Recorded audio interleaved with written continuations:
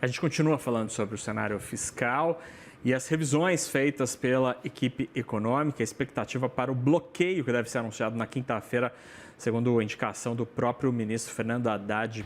Sobre esse assunto todo, eu converso agora com o Thiago Sbardelotto, que é economista da XP. Thiago, boa tarde, obrigado por estar aqui com a gente no CNN Money. Qual a estimativa, a previsão, a expectativa da XP para a quinta-feira? Que número deve ser anunciado? Vem bloqueio, vem contingenciamento? Qual que deve ser a cara do anúncio na quinta? Boa tarde, Fernando. Boa tarde a todos os espectadores. Bom, a nossa avaliação, olhando ali para o que foi aprovado no orçamento e o que deveria ser feito de ajuste, é de que o governo tem que fazer ali uma correção significativa, tanto em receitas quanto em despesas. Tá? Então, para citar aqui primeiro o lado das receitas, o orçamento foi aprovado com algo em torno ali de 160 bilhões de medidas adicionais, dentre as quais tem ali 28 bilhões de CARF, que foi uma medida que já havia sido colocada no orçamento do ano anterior e que teve um desempenho muito abaixo do esperado, muito próximo ali de zero mesmo, né? Então, esses 28 bilhões que estão hoje no orçamento devem ser revisados para algo mais próximo de zero mesmo, tá? Talvez ali 1 bilhão ou 2 bilhões, para ser até otimista. E também tem ali uma outra medida que está no orçamento, que era a elevação de alíquota de CSLL para instituições financeiras, que também acabou não sendo aprovada pelo Congresso, não tem perspectiva de ser aprovada e que, portanto, deve ser retirada da projeção de receita do governo. Essas duas medidas somadas já dão ali algo em torno de 44 bilhões. A gente sabe que tem ali algum espaço para o governo elevar a arrecadação, elevar a projeção de arrecadação por conta desse crescimento maior que está ali no boletim macrofiscal, por conta da inflação maior também, e especialmente por conta de você ter ali outras receitas que podem entrar, como, por exemplo, aquela que é relacionada ali ao fim do PERSE, aquele programa do setor de eventos, que não estava no orçamento, além de dividendos de empresas estatais. Então, tudo isso somado, a gente acredita que o governo deveria fazer um contingenciamento de 15 bilhões, né? Ou seja, cortar ali 15 bilhões de despesas. Do lado das despesas, o que a gente vê é uma execução um pouco acima ali do que está no decreto de programação, especialmente para a Previdência e para aqueles benefícios de prestação condicionada, ali, o BPC-LOAS. Esses dois somados têm ali uma execução em torno de 5 bilhões acima do que estava estabelecido, mesmo com o crescimento das filas que se verificou nesse início de ano. Tá? Então, existe aqui uma execução maior do que o esperado e ainda assim você tem ali o risco de, quando essa fila voltar, de ter um crescimento ainda maior. Dito isso, nossa avaliação é de que o governo deveria fazer um bloqueio de pelo menos 10 bilhões. Então, seriam ali 15 bilhões de contingenciamento, mais 10 bilhões de bloqueio. O que a gente acha que o governo vai fazer?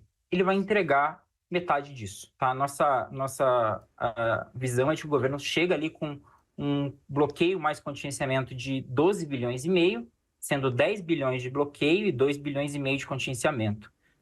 Boa parte desse contingenciamento vai ser evitado por conta de novas receitas. Como eu falei, o governo vai ali inserir novas receitas na conta, mas o bloqueio não tem muito como escapar, né? De fato, existe um risco ao longo do ano de que despesas de Previdência e BPC voltem a subir a um ritmo muito maior, como a gente viu no ano passado. E agora, Thiago, esse cenário que você descreveu tão bem, né, com o bloqueio ali, o bloqueio não tem muito como fugir, né? Você tem ali a programação, você está acima, você tem que realmente bloquear. O contingenciamento bastante abaixo do que deveria ser necessário. Você mencionou 2,5 para uma necessidade de 15. Se esses números forem de fato apresentados, 10 mais 2,5, qual que deve ser a reação dos agentes econômicos que nos últimos dias têm demonstrado algum desconforto fiscal, mas é curioso porque o desconforto fiscal parece que diminuiu ao longo dos últimos tempos, né? Aquela preocupação que era latente, assim, foi esfriando, veio ali aquela preocupação, não, vamos entrar num colapso em 28, 29, não vai ter mais espaço para nenhuma despesa que não seja obrigatória. Parece que o pessoal já dá de barato que este assunto está do jeito que está e vai ser assim até o próximo governo. Qual pode ser a reação dos agentes econômicos a, eventualmente, este anúncio que a XP espera?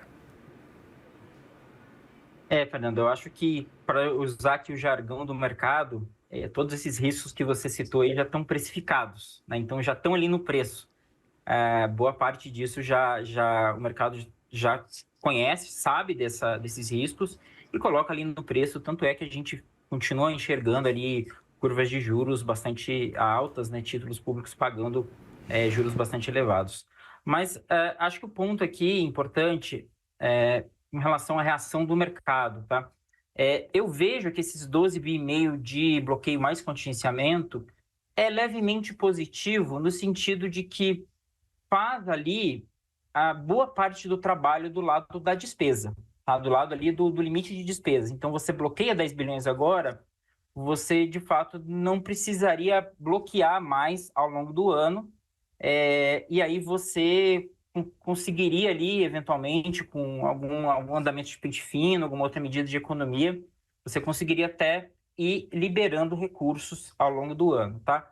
Do lado do contingenciamento, o governo tem mais flexibilidade para administrar o lado das receitas. Então, ele pode ali, por exemplo, criar novos programas para arrecadação, pode utilizar dividendos de estatais, dividendos extraordinários, que hoje não estão na conta.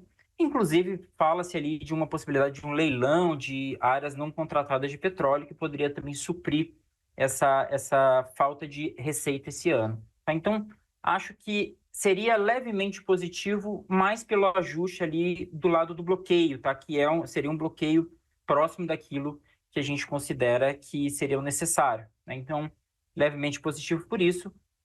Do outro lado, ainda fica faltando ali preencher esse lugar da receita que está faltando. Você mencionou aqui ao avaliar, Thiago, o cenário para o bloqueio, a execução orçamentária que tem trazido números superiores à programação, especialmente na execução da Previdência, do INSS, ali, tanto com aposentadorias tradicionais como com o BPC.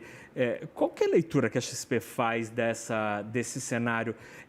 Por que havia um represamento? São decisões administrativas que têm favorecido essa onda de novos benefícios? E aí, até puxando a sardinha para o meu lado, nessa semana eu trouxe uns números aqui que mostram que mais de 1.100 municípios hoje já têm um orçamento federal maior do BPC do que do Bolsa Família, né? É um fenômeno absolutamente intrigante do ponto de vista da proteção social, mas também, obviamente, das contas públicas. O que está acontecendo nesta linha do orçamento INSS-BPC? Olha, Fernando, acho que tem vários motivos por trás desse crescimento, tá? O primeiro e mais importante, sem dúvida, é o aumento do salário mínimo acima da inflação. Isso naturalmente coloca pressão sobre essas rubricas, né? Então, dado ali que o governo optou por dar um aumento de inflação mais 2,5% no salário mínimo, você já começa o ano ali com uma pressão grande de aumento do valor dos benefícios, tá? No BPC, o que a gente verifica é um crescimento que se reduziu nesse início de ano, mas muito por conta de aumento de filas, tá? E um crescimento que continua, mesmo tendo reduzido, continua muito alto, próximo de 10% na quantidade nos valores financeiros, e boa parte disso explicado por decisões judiciais, que cresceram muito nos últimos anos. Hoje, ali, 1/3 do que você tem de entrada do BPC é decorrente de decisões judiciais, e isso continua pressionando bastante a quantidade de beneficiários ali no BPC. No lado da Previdência, o que a gente verifica já são questões mais pontuais ali. Então, Existia ali uma elevação muito grande da quantidade de auxílios por conta do uso de um novo sistema que acabou permitindo a entrada de mais gente ali para pedir auxílio, especialmente auxílio-doença. E eu acho que é um fato importante, tá, que explica essa diferença entre as projeções do governo e o realizado, é que o governo incluiu nas suas projeções ganhos com pente fino. E esses ganhos com pente fino nós não vimos até agora. De fato, o que nós temos ali, assim, no número de saídas, por exemplo, de BPC e de Previdência, são números muito próximos ao que a gente tinha no ano passado. Tá? Então, o efeito do pente fino ainda não apareceu. O governo, de fato, admitiu ali, de certa forma, isso, quando ele criou ali uma MP para reduzir filas, mas também para combater fraudes. E, de fato, essa ausência desse efeito do pente fino pode ser ali uma diferença muito grande, pode causar uma diferença muito grande entre as projeções oficiais e aquilo que efetivamente a gente vai ter para todo o ano. Interessantíssimo, interessantíssimo. Tiago, eu queria também te ouvir sobre, já que você falou de projeções e de como elas são às vezes não cumpridas, né? O Ministério da Fazenda está no seu papel, ele é mais otimista do que os agentes de mercado, definitivamente, assim, historicamente, está no job description do ministro ser um defensor da economia. Mas chamou muito a atenção a maneira com que a gente está falando só de 2025, né, na conversa até agora, mas eu queria te ouvir sobre um aspecto de 2026, Thiago. Chamou muito a atenção a projeção divulgada ontem pelo Ministério da Fazenda, que indica uma aceleração da atividade em 2026. Então, a gente cresce 2,4% este ano, acelera pouquinho, mas acelera para 2,5% no ano que vem, ao mesmo tempo em que o IPCA desacelera de 5% neste ano para 3,6% no ano que vem. É exatamente o contrário do que espera o mercado financeiro. Qual que é a mágica que a equipe econômica está vendo que o mercado entende que não será possível a realização deste cenário, Thiago? Olha, Fernando, eu acho que a visão do Ministério da Fazenda parte de uma premissa de que o PIB potencial do Brasil, quer dizer, aquele crescimento que de fato não acelera a inflação, que não causa pressão inflacionária, pressão de demanda, é maior do que o mercado tem na conta. Tá? Então, o mercado hoje vê um crescimento potencial do Brasil em torno de 2%, talvez 2,2%, e o Ministério da Fazenda tem algo em torno de 3%. Essa é a única explicação que eu vejo para que o Ministério da Fazenda encontre ali um modelo viável em que você tenha, ao mesmo tempo, um crescimento de 2,5% e uma desaceleração da inflação. Porque, veja, nós estamos falando de um ano em que a política monetária vai estar atuando praticamente sobre ele todo, tá? Sobre ele inteiro.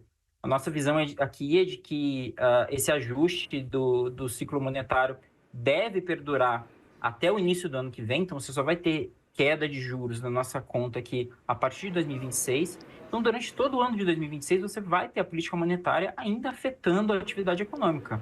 Com isso, é esperado que, mesmo ali com medidas que o governo venha a tomar, como esse do crédito consignado, como aquela isenção do IR, é esperado que a atividade desacelere, tá? Que fique abaixo do potencial, e com isso você tem ali uma desaceleração da inflação também. Tá? Então, acho que essa é a única forma de resolver esse puzzle aí que o Ministério da Fazenda